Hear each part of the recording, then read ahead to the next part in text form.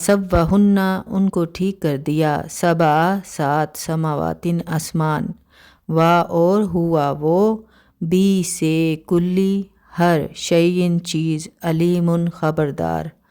یہ تھی سورۃ بقرہ کی آیت نمبر 29 کا لفظی ترجمہ۔ اس کا با محاورہ ترجمہ یہ ہے کہ وہی ہے جس نے تمہارے لیے وہ سب کچھ پیدا کیا جو کچھ زمین میں ہے، پھر آسمان کی طرف قصد کیا اور پھر 7 آسمان ٹھیک کر دیے، اور اللہ تعالیٰ ہر چیز سے خبردار ہے۔ احمدہ و نصلی علی رسولہ الکریم، اما بعد فاعوذ باللہ من الشیطان الرجیم، بسم اللہ الرحمن الرحیم۔ اے میرے مالک، تو میرے لیے اس کام کو آسان کر دے، اور تیرے سوا کوئی کاموں کا آسان کرنے والا نہیں۔ آج ہم پارہ نمبر 1 اور سورۃ بقرہ کی آیت نمبر 26 سے شروع کرتے ہیں۔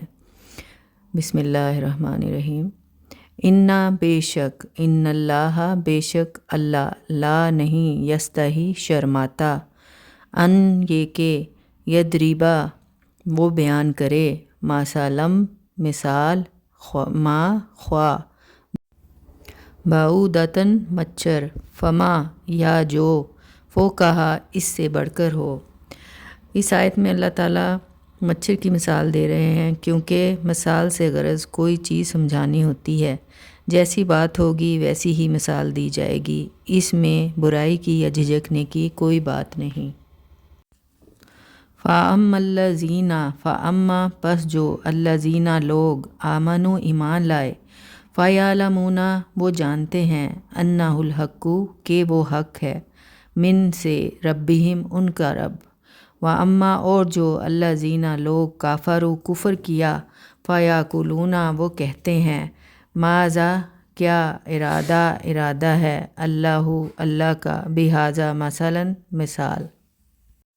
با محاورہ ترجمہ، پس جو لوگ ایمان لے آئے ہیں وہ جانتے ہیں کہ وہ ٹھیک ہے ان کے رب کی طرف سے ہے، اور جن لوگوں نے کفر کیا وہ کہتے ہیں اللہ کا اس مثال سے کیا مطلب تھا۔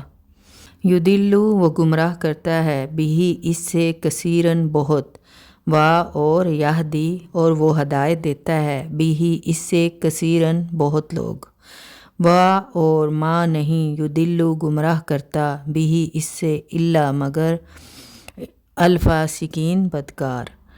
یعنی اس کا با محاورہ ترجمہ ہے، وہ اسی سے بہتوں کو گمراہ کرتا ہے، اور اسی سے بہتوں کو ہدایت دیتا ہے، اور وہ اس سے سوائے بدکاروں کے کسی کو گمراہ نہیں کرتا۔ یعنی اللہ تعالیٰ نے اس بات کو اور زیادہ واضح کر دیا ہے کہ گمراہی تو انہی پر آتی ہے جو گمراہ رہنا چاہتے ہیں۔ اللہ تعالیٰ کسی پر گمراہی چپسا نہیں کرتا، بلکہ بار بار کی جانی بوجھی نافرمانیوں سے دل بجھ کر رہ جاتا ہے، اور طبیعت میں حق کی طلب اور سچائی کی تلاش باقی نہیں رہتی، باطل اور جھوٹ جم جاتا ہے، گویا گمراہی ان کے نافرمانی اور بدکاری کا نتیجہ ہوتی ہے۔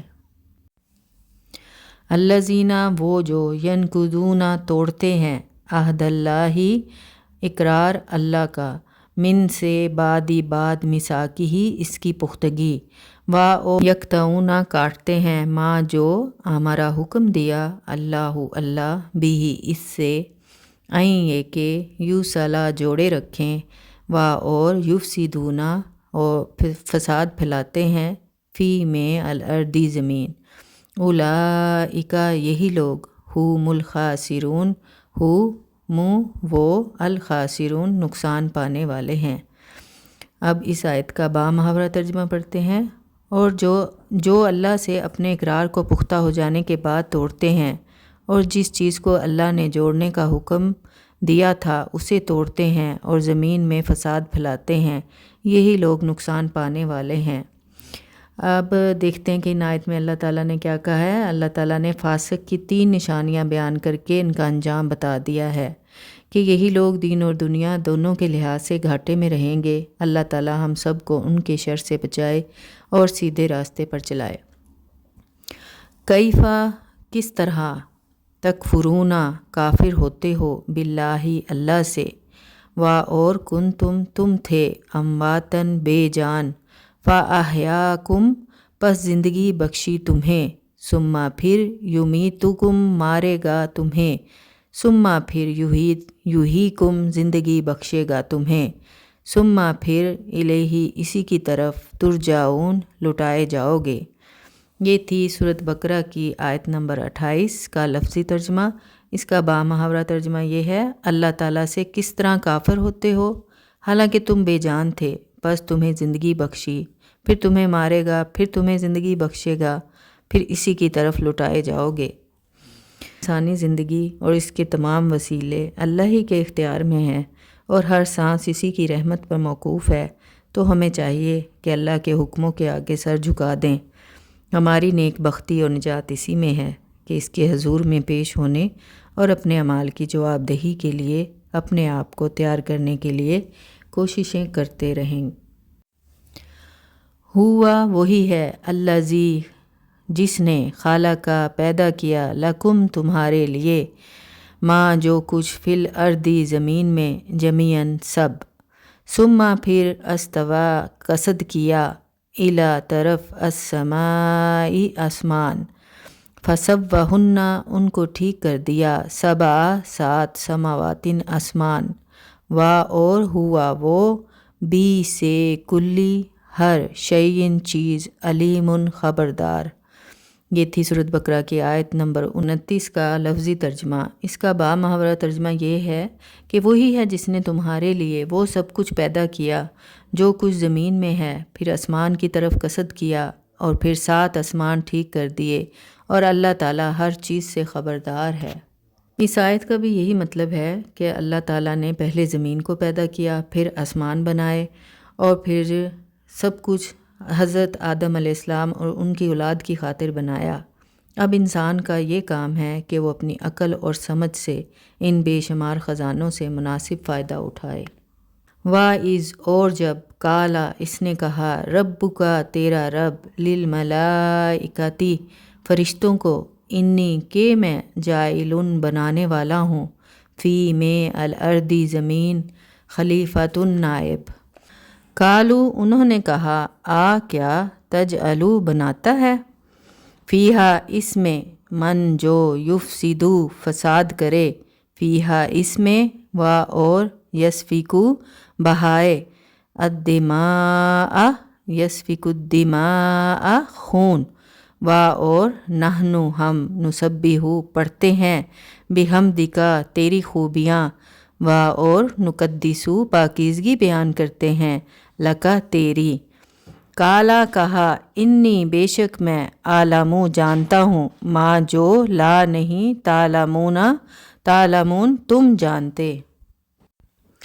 اور جب تیرے رب نے فرشتوں کو کہا کہ میں زمین میں ایک نائب بنانے والا ہوں، تو انہوں نے کہا کیا تو اس میں اسے بناتا ہے جو اس میں فساد کرے اور خون بہائے، حالانکہ ہم تیری خوبیاں پڑھتے ہیں اور پاکیزگی بیان کرتے ہیں۔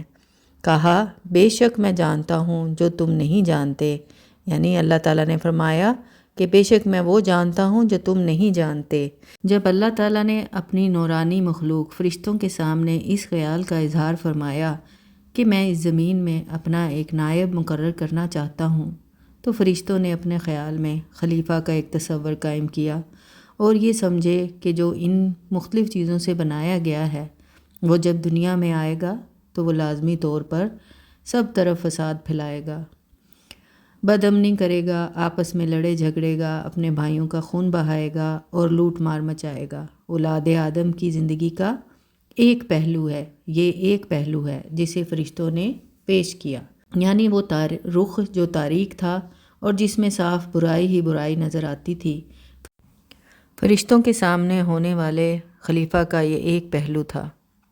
اس میں جو خوبیاں پوشیدہ تھیں، جو کمالات اس کے اندر چھپے ہوئے تھے، وہ نئی نئی باتیں، طرح طرح کی ایجادیں اور ترقی کے جو مختلف پہلو خلیفہ دنیا میں ظاہر کرنے والا تھا، وہ فرشتوں کی نظر سے اوجھل تھے۔ اس لیے انہوں نے اپنے اندازے کی بنا پر یک رخی تصویر پیش کی اور اس کے ساتھ وہ رخ بھی پیش کیا جس پر وہ خود چل رہے تھے۔ اس میں اللہ کی ہر بات کی تصدیق اور اس کے حکم کی اطاعت شامل تھی۔ فرشتوں نے یہ گزارش اعتراض کے طور پر نہیں بلکہ ادب کے ساتھ پیش کی۔